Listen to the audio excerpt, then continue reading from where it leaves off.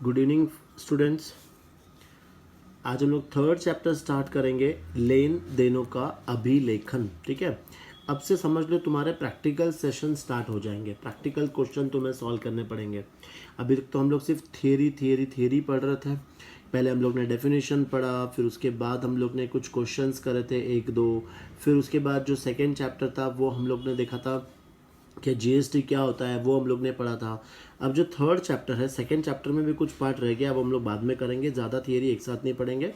Chapter 3 हम लोग देखेंगे लेन देनों का अभिलेखन, मतलब जो बिजनेस ट्रांजैक्शंस है हम लोग उसको रिकॉर्ड कैसे करते हैं। ठीक है, तो अब वो हम लोग इस चैप्टर में पढ़ेंगे। देखो हमें क्या पढ़ना है, व्यावसायिक सौदे व स्रोत प्रलेख, business transactions and source documents. देखो अब बिजनेस ट्रांजैक्शन का मतलब क्या है और सोर्स डॉक्यूमेंट का मतलब क्या होता है।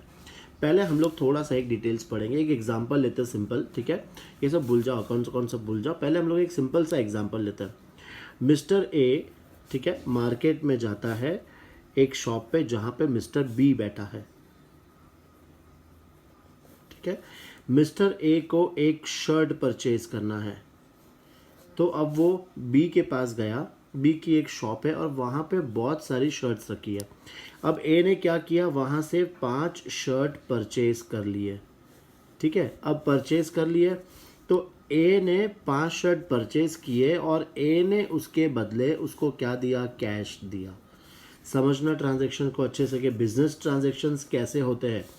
अब हम लोग ए के पॉइंट ऑफ व्यू से अगर सोचेंगे तो ए के पास से कैश गया और ए के पास क्या आया, शर्ट आया। मतलब इस ट्रांजैक्शन में उसके पास से कुछ गया है तो सामने कुछ उसको मिला भी है।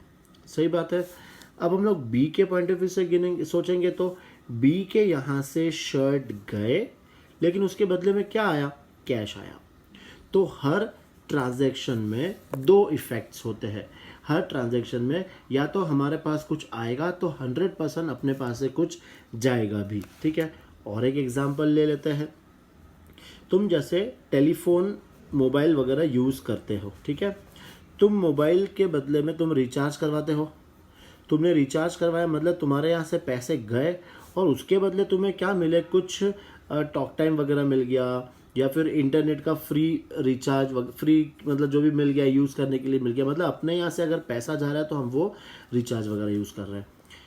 हम किसी को सैलरी पे करते हैं, है ना, सैलरी वेतन हम किसी को चुकाते हैं। तो सैलरी मतलब वो बंदा हमारे यहाँ काम कर रहा है, वो अपनी सर्विस अपने को दे रहा है और उसके बदले में हम उसको क्या पे करते हैं, कैश पे करते हैं। समझ में आ रहा है। तो हर ट्रांजैक्शन में दो इफेक्ट्स होते हैं। ठीक है, एक तो हमारे पास आएगा और एक हमारे पास जाएगा। 100% ऐसा कोई भी ट्रांजैक्शन नहीं है जहाँ पे सिर्फ एक ही इफेक्ट होता है। तुम भी सोचना, तुम भी कोई भी चीज़ मार्केट में जाते हो, परचेज करते हो, सेल करते हो। ठीक है, जैसे मूवी देखने चले गए, तो मूवी देखने गए तो तुमने मूवी का क्या परचेज करा, टिकट परचेज किया। तो टिकट परचेज किया तो तुम्हारे पैसे गए और सामने तुम्हें क्या मिला, एंटरटेनमेंट, तुम्हें मूवी देखने मिली, है ना। तो 100% दो इफेक्ट्स होते ही होते हैं।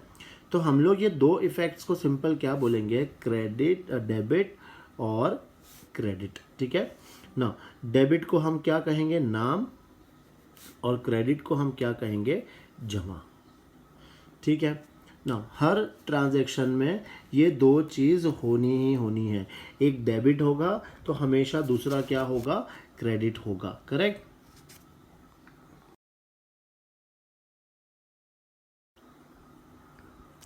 अब ये डेबिट और क्रेडिट समझ में आ गया। इसको हम लोग और डिटेल्स में करेंगे जब हम लोग क्वेश्चंस करेंगे। फिलहाल के लिए समझ लो, बिजनेस के जो भी ट्रांजैक्शन होते हैं उसके दो इफेक्ट्स होते हैं, एक होता है डेबिट और दूसरा होता है क्रेडिट ना। अब जब शर्ट परचेज करने गए थे मार्केट से, पैसा उसको दे दिया तो उसके बदले में उसने शर्ट दिया और साथ में क्या देता है, वो बिल देता है। ठीक है, तुम लोग क्या बोलोगे उसको, ये परचेज बिल हो गया और इसके लिए क्या हो गया, ये सेल्स बिल हो गया। टेलीफोन का या मोबाइल का जब तुम लोग रिचार्ज करवाते हो तो तुम्हें भी एक रिसिप्ट मिलती है कि हाँ हमने वो चीज़ खरीद ली है। अब सिंपल एक और चीज़ समझना, मान लो तुम स्कूल में फीस पे करते हो। ठीक है, फीस पे करने के बाद तुम्हें वहाँ से क्या मिलती है, रिसिप्ट मिलती है। क्या तुम फीस पे कर दोगे और बिना रिसिप्ट के आ जाओगे? अगर ऐसा करोगे, बिना रिसिप्ट के आओगे तो क्या हो सकता है बताओ, वहाँ पे घपला हो सकता है, चोरी हो सकती है। कैसे? कि तुम्हारा जो पैसा आया था वो उसने, जो अकाउंटेंट था उसने ही रख लिया। हो सकता है ऐसा कि नहीं हो सकता है? एक और एग्जांपल लेते हैं हम लोग। बैंक में हम लोग जाते हैं, बैंक में अगर मैं पैसा डिपॉजिट करने जाता हूँ बैंक में, तो हम लोग एक पे इन स्लिप भरते हैं ना। इस पे इन स्लिप में हम लोग क्या लिखते हैं? हमारा अकाउंट नंबर, डेट, कितने पैसे हम जमा करा रहे हैं, ये सब चीज़ें हम उस पे इन स्लिप में रिकॉर्ड करते हैं। पे इन स्लिप दो पार्ट में होती है। ये जो बड़ा वाला जो पोर्शन होता है ये बैंक वाले रख लेते हैं, और हमें ये जो छोटा सा पोर्शन होता है वो हमें बैंक वाले दे देते हैं, स्टैम्प मार के दे देते हैं। इससे ये प्रूफ हो गया कि हमने इस बैंक में क्या करा है, पैसे डिपॉजिट करा है। तुम जब फीस की रिसिप्ट लेते हो तो तुम्हारा क्या हो गया, एक प्रूफ हो गया कि हमने हमारी स्कूल फीस या ट्यूशन फीस हमने पे कर दी है। करेक्ट है?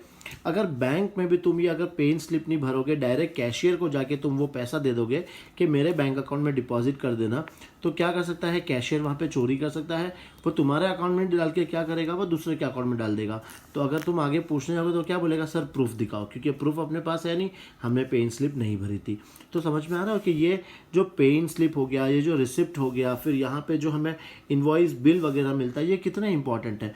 तो इन सबको हम क्या कहते हैं, सोर्स डॉक्यूमेंट। क्या कहते हैं हम? Source document. आ रहा है समझ में? तो सोर्स डॉक्यूमेंट बहुत इंपॉर्टेंट है। और सोर्स डॉक्यूमेंट में जैसे क्या क्या आ सकता है, कैश मेमो आ सकता है। कैश मेमो कब मिलता है? जब हम कोई चीज़ परचेज या सेल करते हैं कैश में, तो वहाँ पे क्या मिलता है हमें, कैश मेमो। फिर जब हम कोई चीज़ उधार में बेचते हैं या खरीदते हैं तो वहाँ पे हमें क्या मिलता है, बिल मिलता है। ठीक है? फिर तीसरा, जब भी हम लोग कोई जैसे हमने पैसा डिपॉजिट किया तो हम वहाँ पे क्या भरते हैं, पे इन स्लिप करते हैं। जब हम लोग पैसा कहीं ये डिपॉजिट वगैरह करते हैं तो हमें क्या मिलता है, रिसिप्ट मिलता है। सही है? तो ऐसे जो वाउचर्स होते हैं, ये सब जो है ना, ये जो अपन सोर्स डॉक्यूमेंट्स है, इसे हम क्या कहते हैं, वाउचर्स, जिसे हम क्या कहेंगे, सोर्स वाउचर्स। अब अलग अलग टाइप के वाउचर्स होते हैं, debit vouchers, credit vouchers, journal vouchers, ये सब हम पढ़ेंगे। ठीक है? कौन से वाउचर्स होंगे, डेबिट वाउचर्स, क्रेडिट वाउचर्स और जर्नल वाउचर्स। ठीक है? सारे वाउचर्स हम लोग पढ़ेंगे। पहले ये तुम्हें ट्रांजैक्शन समझ में आ गए सारे, कि बिजनेस ट्रांजैक्शंस क्या होते हैं। जहाँ पे भी बिजनेस ट्रांजैक्शंस हो रहे हैं वहाँ पे दो चीज़ होगी, या तो डेबिट या फिर क्रेडिट, दोनों होना है। ऐसा नहीं होगा कि सिर्फ डेबिट ही होगा या क्रेडिट होगा, दोनों भी ट्रांजैक्शंस होंगे। ठीक है? और ये जो भी हम लोग पैसा डिपॉजिट करते हैं, फीस भरते हैं, परचेज करते हैं, सेल करते हैं, ये सब जो डॉक्यूमेंट्स है ये हमारे क्या होते हैं, वाउचर्स। इसको हम क्या कहते हैं, सोर्स डॉक्यूमेंट्स। और इन्हीं के बेस पे हम बुक्स ऑफ अकाउंट्स में क्या करते हैं, एंट्री पास करते हैं। ये मैंने तुम्हें पहले भी बताया था। ये वाउचर्स हमें फर्स्ट चैप्टर में हमने देखा था इसका डेफिनेशन, कि इन्हीं के बेस पे हम बुक्स में क्या करते हैं, एंट्री पास करते हैं। करेक्ट? यहाँ तक तुम्हें समझ में आ गया। अब हम लोग इसके फॉर्मेट्स देखेंगे। मैं तुम्हें फॉर्मेट डायरेक्टली तुम्हें टेक्स्ट बुक्स में ही दिखा रहा हूँ। फॉर्मेट वहाँ पे समझ लो अच्छे से, कब कौन सा वाउचर पड़ता है मैं तुम्हें वहीं पे एक्सप्लेन करूँगा। ठीक है? चलो देखो, पहले सबसे पहले फटाफट इनका फॉर्मेट देख लेते हैं, और फिर हम लोग ये समझेंगे कि कौन से वाउचर्स कब बनते हैं। देखो, सौदा प्रमाणक, इसे हम क्या कहेंगे, ट्रांजैक्शन वाउचर्स। ट्रांजैक्शन वाउचर्स क्या आएगा, पहले फॉर्म का नाम लिख देंगे, प्रमाणक संख्या लिख देंगे, यहाँ पे वाउचर नंबर आ जाएगा, तिथि डेट आ जाएगी, नाम खाता, जमा खाता, जो अभी हमने कहा था डेबिट और क्रेडिट। फिर यहाँ पे राशि लिख देंगे, विवरण के हमने क्या करा है, खरीदा है, बेचा है, वो सब यहाँ पे आ जाएगा। अनुमोदन करने वाला और बनाने वाला, यहाँ दोनों पे हमें क्या करना है, सिग्नेचर करना है। ये कौन सा वाउचर हो गया, ये हो गया ट्रांजैक्शन वाउचर। ठीक है? फिर नाम प्रमाणक और जमा प्रमाणक। अब नाम प्रमाणक का मतलब क्या होता है, डेबिट वाउचर, और जमा प्रमाणक का मतलब क्या होता है, क्रेडिट वाउचर। ठीक है? चलो एक एक का फॉर्मेट देख लेते। पहले फर्म का नाम, यहाँ प्रमाणक संख्या आ जाएगी, जमा खाता राशि, यहाँ पे तिथि, नाम खाते संख्या आ जाएगी, यहाँ पे क्रमांक आ जाएगा, कोड संख्या आ जाएगी, खाते का नाम, राशि और विवरण, फिर यहाँ पे दोनों के सिग्नेचर।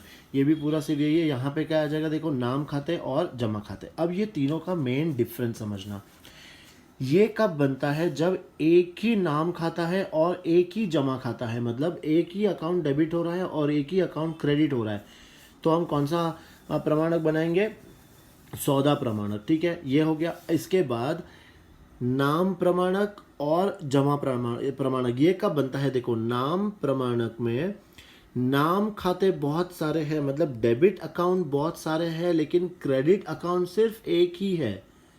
तो हमें कौन सा बनाना है? डेबिट वाउचर्स बनाने हैं। ठीक है, सिंपल समझना। डेबिट वाउचर्स में क्या होते हैं? डेबिट जो नाम है वो बहुत सारे होते हैं और क्रेडिट सिर्फ एक ही होता है। क्रेडिट वाउचर्स में उल्टा, क्रेडिट अकाउंट बहुत सारे होते हैं, लेकिन जो डेबिट अमाउंट है, डेबिट खाता है, वो सिर्फ एक ही होगा। तो अब ये तीनों को अगर तुम लोग समरी करोगे तो कैसे आएगा बताओ? सौदा प्रमाणक में क्या लिखेंगे? सिर्फ कब बनाएंगे? जब जहां पर एक ही डेबिट खाता है और एक ही क्रेडिट खाता है। नाम प्रमाणक कब बनेगा? जब डेबिट नाम तो बहुत सारे हैं लेकिन क्रेडिट नाम सिर्फ एक ही है। ठीक है। और जमा प्रमाणक कब बनेगा? जब क्रेडिट खाते बहुत सारे हैं लेकिन जो डेबिट खाते हैं वो सिर्फ एक ही है।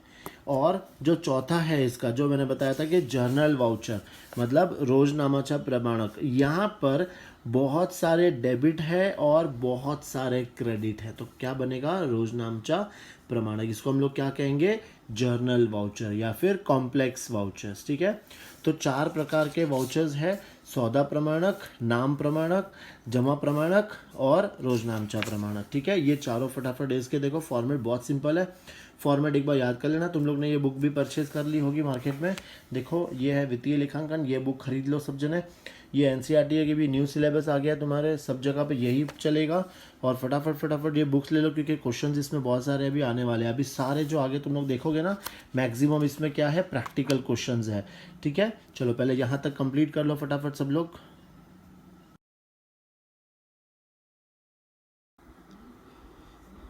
चलो हमारा नेक्स्ट टॉपिक स्टार्ट करते हैं हम लोग, जो है लेखांकन समीकरण, जिसे हम कहते हैं अकाउंटिंग इक्वेशन।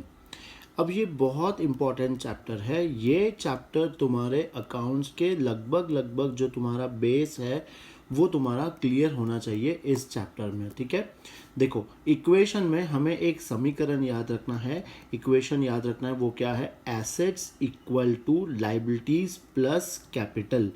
परिसंपत्तियों बराबर क्या होगी? देयताएं प्लस पूंजी। देखो, अब तुमने ये तीनों का डेफिनेशन पढ़ा था हमारे फर्स्ट चैप्टर में। एसेट्स क्या होता है अपना बताओ?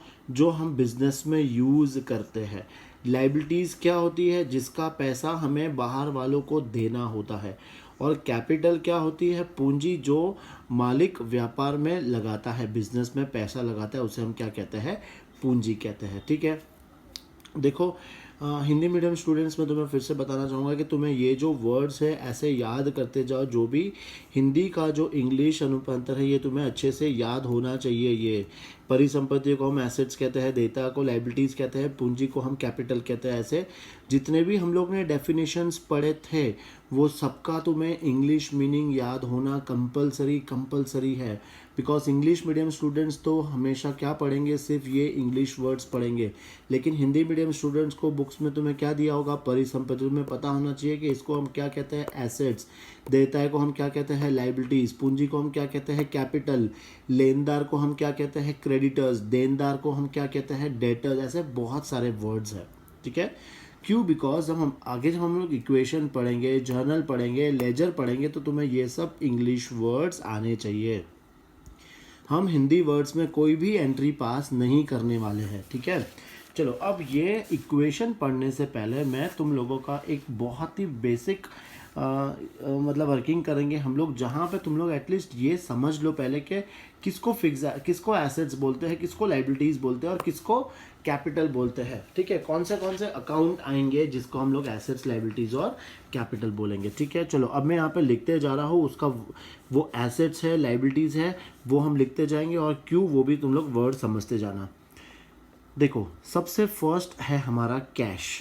कैश अपने लिए क्या है बताओ? कैश हमारे लिए होता है एसेट। देखो, एसेट किसे कहते हैं वापस समझना। लाइबिलिटीज़ किसे कहते हैं? लाइबिलिटीज़ का मतलब जिसका हमें किसी को पैसा चुकाना है। तो ये तो हमारा पैसा है, ये हमें किसी को चुकाना नहीं है। कब चुकाना पड़ेगा? अगर मैंने कोई उधार में माल खरीदा होगा या फिर किसी से लोन लिया होगा तब चुकाना होगा। ठीक है ना? तो जैसे अगर तुम्हारे जेब में पैसा पड़ा है तो तुम्हारे लिए लाइबिलिटी है क्या? वो नहीं ना। वो लाइबिलिटी कब होगी? जब तुम उसको खर्चा करोगे तब तुम्हारा खर्चा हो जाएगा, वो लाइबिलिटीज़ हो जाएगी। फिलहाल कैश अगर आता है तो अपने लिए क्या है? ये एसेट। फिर कैश में नहीं रख के हमने वो पैसा कहाँ पे डिपॉजिट कर दिया, बैंक में डिपॉजिट कर दिया। अब अगेन है तो ये अपना ही पैसा है, कैश नहीं होके कैश हमने कहाँ डिपॉजिट कर दिया, बैंक में डिपॉजिट कर दिया, तो ये भी अपने लिए क्या है, एसेट। ठीक है। तीसरा है स्टॉक। अब बताओ स्टॉक, स्टॉक मतलब क्या होता है। सबसे पहले स्टॉक मतलब जो गुड्स साल के अंत में बच गए, जो अभी तक बिके नहीं है, या फिर ओपनिंग स्टॉक जो साल के प्रारंभ में होते हैं जो अभी तक बिके नहीं है। तो स्टॉक भी अपने लिए क्या होता है, एसेट होता है। देखो अब मैं ये नहीं सिखा रहा हूँ तुम्हें कि एसेट के अंदर दो टाइप थे, अगर तुम्हें याद होगा, नॉन करंट एसेट्स और करंट एसेट्स। लाइबिलिटीज़ में भी दो टाइप थी, नॉन करंट और करंट। हम वो सब नहीं पढ़ रहे अभी, हमें सिर्फ अकाउंट को देख के ये पहचान में आना चाहिए कि ये एसेट्स है, लाइबिलिटीज़ है या फिर कैपिटल है। ठीक है। फिर देखते हैं हम लोग नेक्स्ट, बिल्डिंग। बिल्डिंग तो अपनी क्या है, एसेट। फिर है मशीनरी, ये भी अपने लिए क्या होती है, एसेट। ठीक है। मैं मिक्स भी करूंगा थोड़ा थोड़ा। जैसे अब आ गया डेटर्स। डेटर्स मतलब क्या, जिनसे पैसे लेने हैं, मतलब ये हमारे क्या हो जाएंगे, एसेट हो जाएंगे। ठीक है। फिर क्रेडिटर्स। क्रेडिटर्स का मतलब क्या होता है, जिनको हमें पैसा देना है, तो ये मेरी क्या हो जाएगी, लाइबिलिटीज। फिर है बैंक लोन। बैंक लोन, हमें लोन का पैसा देना है तो हमारे लिए क्या हो गई ये, लाइबिलिटीज। ठीक है। फिर अब मैंने लिख दिया परचेज। अब परचेज का मतलब क्या हो गया, देखो अब तुम्हें साथ साथ में एसेट्स और लाइबिलिटीज के साथ साथ एक्सपेंस और इनकम ये भी तुम्हें समझना है। एक्सपेंस का मतलब क्या होता है, खर्चा। ठीक है। और इनकम का मतलब क्या होता है, जो हमें पैसा मिलता है, इनकम हम लोग जो कमाते हैं, जैसे इंटरेस्ट, कमीशन, ये अपने लिए इनकम है। अब अगर तुम लोग देखो, जैसे परचेज, हम गुड्स खरीद रहे हैं तो माल मेरे पास आया है, तो इसको हम लोग क्या बोलेंगे, एक्सपेंस। लेकिन ऐसे ही जब तुम बिल्डिंग खरीदोगे तो भी तो तुम्हारा पैसा जा रहा है, लेकिन हमेशा याद रखना कि ये जो बिल्डिंग हम खरीद रहे हैं ये वापस बेचेंगे नहीं, तो ये हमारे लिए एक्सपेंस नहीं है, ये हमारे लिए क्या हो जाएगा, एसेट हो जाएगा। ठीक है। ये मेन डिफरेंस है। फिर किसी को तुम क्या पे कर रहे हो, सैलरी पे कर रहे हो, तो सैलरी तुम्हारे लिए क्या है, खर्चा है। क्यों, जैसे आज अगर समझो मैं किसी को 1 महीने की सैलरी देता हूँ, तो क्या वो ज़िंदगी भर या फिर 10 साल 5 साल तक मेरे लिए काम करेगा, क्या नहीं करेगा। 1 महीने की अगर सैलरी दी है तो वो मेरे पास 1 महीना काम करेगा। 6 महीने की सैलरी दूंगा तो वो मेरे पास 6 महीने का काम करेगा। करेक्ट। तो मतलब इसका बेनिफिट हमें कितना मिलता है, 1 साल के अंदर अंदर ही तक ही मिलता है। तो ये मेरे लिए क्या हो गया, खर्चा हो गया। जैसे हम कोई मशीन खरीद रहे हैं, एक बार मैंने मशीन खरीद ली, अब उस मशीन में से हम लोग प्रोडक्शन तो एवरी ईयर करेंगे। जैसे अभी नेक्स्ट मैं लिख रहा हूँ फर्नीचर। अब मैंने बिजनेस में फर्नीचर बनाया है, तो क्या ये 1 ही महीना टिकेगा, क्या ये 1 साल ही टिकेगा, नहीं, ये 5 साल 10 साल तक इसे हम यूज़ कर सकते हैं। तो ये अपने लिए क्या हो जाएगा, एसेट हो जाएगा। ठीक है। फिर हो गया डेटर्स, क्रेडिटर्स। फिर हम लोग लिखते हैं सेल्स। सेल्स का मतलब क्या होता है, गुड्स बेचना। ठीक है। सेल्स का मतलब गुड्स बेचना, तो ये अपने लिए क्या है, इनकम। सेल्स का मतलब होता है गुड्स बेचना, अपने लिए ये हो जाएगा इनकम। फिर चलो कुछ और मैं वर्ड सिखा रहा हूँ जो तुम्हें अकाउंट्स में सीखना बहुत ज़रूरी है। कैरेज, कैरेज इनवर्ड और कैरेज आउटवर्ड।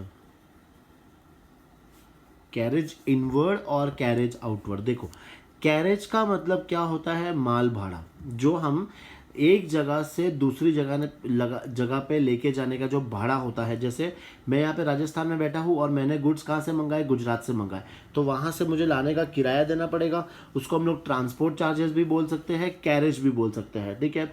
अब ये दो चीज़ क्या है, कैरेज इनवर्ड और कैरेज आउटवर्ड।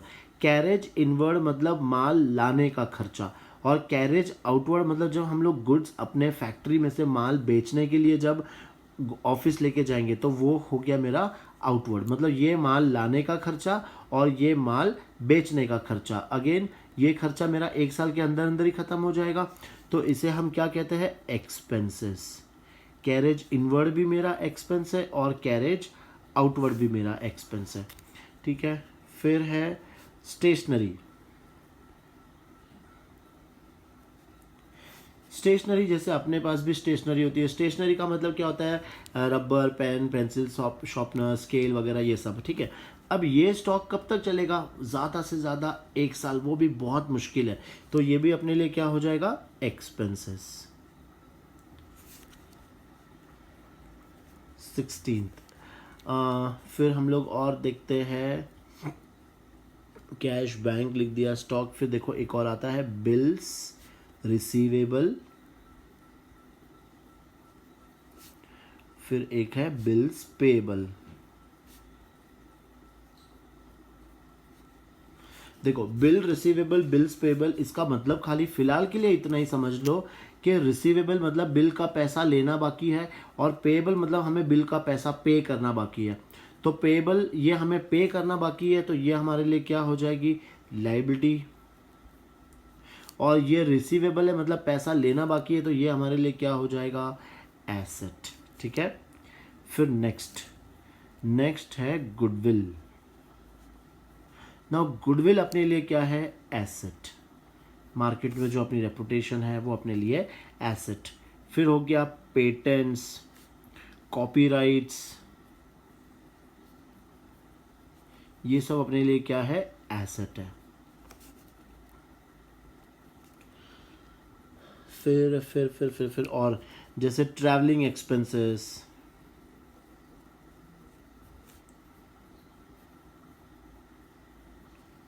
ये तो नाम में दे दिया, ये क्या है, एक्सपेंस। फिर इंटरेस्ट पेड, हम लोग क्या कर रहे हैं, इंटरेस्ट को पे कर रहे हैं, तो इंटरेस्ट अगर पे करेंगे तो अपने लिए क्या है, ये एक्सपेंस। फिर ऐसे सेम इंटरेस्ट रिसीव्ड। अब देखो इंटरेस्ट रिसीव्ड, अगर कोई भी चीज़ अपने को मिल रही है तो ये अपने लिए क्या है, इनकम, ठीक है। देख लो फ्रेंड्स, ये सब सारे तुम्हें याद रखने हैं, पढ़ने हैं, जैसे दिया है वैसे ही एक बार सारी चीज़ याद कर लेना, फिर तुम्हें क्वेश्चन करने में बहुत मज़ा आएगा। ये खासकर ये इक्वेशन चैप्टर में मज़ा आएगा, और ये एक बार समझ में आ गया कि हाँ ये मेरा एसेट है, ये मेरी लायबिलिटीज़ है, ये एक्सपेंस है, ये इनकम है, तो बहुत सारी चीज़ें तुम्हारे लिए ईजी हो जाएगी। फिर अब देखो, अब तुम लोग खुद ही बताना, कमीशन पेड, कमीशन रिसीव्ड, ठीक है, कमीशन पेड, कमीशन रिसीव्ड। फिर अपन लिख रहे हैं rent,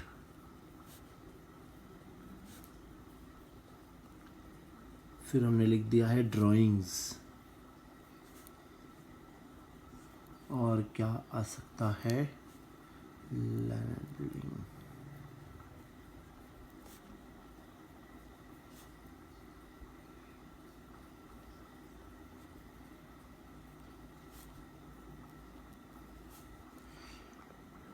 loose tools,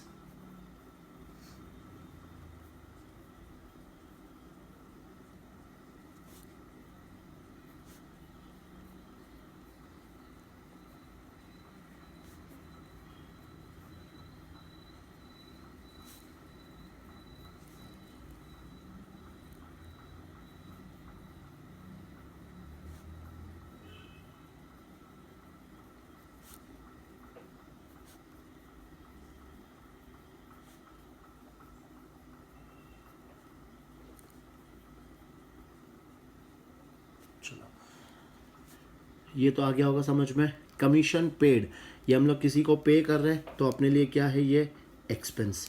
commission received, अपने को पैसा मिल रहा है तो अपने लिए क्या है, ये इनकम। रेंट, कुछ नहीं दिया है तो नॉर्मली हम लोग रेंट पे करेंगे, तो रेंट पे कर रहे हैं, अपने लिए क्या है, ये एक्सपेंसेस। ड्राइंग्स का डेफिनेशन याद करना, सबसे पहले कैश और गुड्स हम विड्रॉ कर रहे हैं हमारे पर्सनल यूज़ के लिए, तो ये क्या आ जाएगा, हमारा कैपिटल, ठीक है। फिर लैंड, ये हमारे लिए क्या है, एसेट है, जैसे हम बोलते हैं लैंड एंड बिल्डिंग, तो ये हमारे लिए एसेट है। लूज टूल्स, ना लूज टूल्स का मतलब क्या होता है, जो औजार वगैरह होते हैं, है ना, हथौड़ी वगैरह हो गया, जो बिजनेस में काम आती है, तो अगेन ये भी क्या है, एसेट्स है ना। अब ये चार चीज़ों का मतलब बहुत अच्छे से समझना। देखो तुम लोग क्या देखोगे, यहाँ पे सिर्फ एक्सपेंस है, यहाँ पे भी एक्सपेंस है, यहाँ इनकम है, यहाँ इनकम है, तो तुम लोग क्या ले लेगे, इस एक्सपेंस को एक्सपेंस ले लिया, एक्सपेंस ले लिया, इनकम ले लिया, इनकम ले लिया, लेकिन ये फिर क्या हो जाएंगे, चारों भी गलत हो जाएंगे। देखो मतलब समझना, प्रीपेड एक्सपेंसेस, इस प्रीपेड का मतलब क्या होता है कि एक्सपेंस को हम लोग ने एडवांस में पे कर दिया है। तुम लोग रिचार्ज करवाते हो, है ना, प्रीपेड वाउचर्स ही तो करते हो ना, तो ये तुम्हारे लिए क्या हो जाएगा, एसेट हो जाएगा। ये तुम्हारे लिए एसेट है। कैसे, तुमने खर्चा एडवांस में दे दिया है, तो तुम अगर चाहो तो ये पैसा वापस ले सकते हो, तो वो तुम्हारे लिए क्या है, एसेट है। एक्सपेंस ये है, लिखा है आउटस्टैंडिंग, मतलब आउटस्टैंडिंग मतलब वो आउटस्टैंडिंग, ये आउटस्टैंडिंग परफॉर्मेंस वैसे सब वो नहीं है। आउटस्टैंडिंग का मतलब जो एक्सपेंसेस अभी तक पे करना बाकी है। वर्ड याद रखना मेरे अच्छे से, आउटस्टैंडिंग एक्सपेंस का मतलब होता है जो एक्सपेंसेस अभी भी पे करना बाकी है। तो जो पे करना बाकी है तो वो हमारे लिए क्या हो जाती है, लायबिलिटी। ठीक है। फिर इनकम, अगर सिर्फ इनकम बोलेंगे तो ये तो हमें पता है कि ये अपनी इनकम में चलाएगी, लेकिन इनकम रिसीवेबल, अभी तक इनकम मिली नहीं है। इनकम रिसीवेबल का मतलब इनकम मिलनी बाकी है, तो ये अपने डेटर्स के जैसे हो गए, जिनसे पैसे लेने बाकी है, तो ये भी इनकम रिसीवेबल, इनकम मिलना बाकी है, तो ये अपने लिए क्या आ जाएगा, एसेट। ठीक है। इनकम रिसीव्ड इन एडवांस, ये वो इनकम है जो हमको एडवांस में मिल गई है। अगर कोई मुझे एडवांस में पैसा देके जाता है तो कल को वो मुझसे वापस भी ले सकता है, तो ये हमारे लिए क्या हो जाएगी, लायबिलिटी। ठीक है।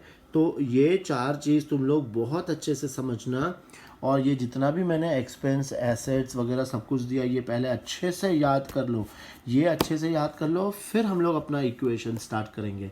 ठीक है, चलो मिलते हैं नेक्स्ट क्लास में।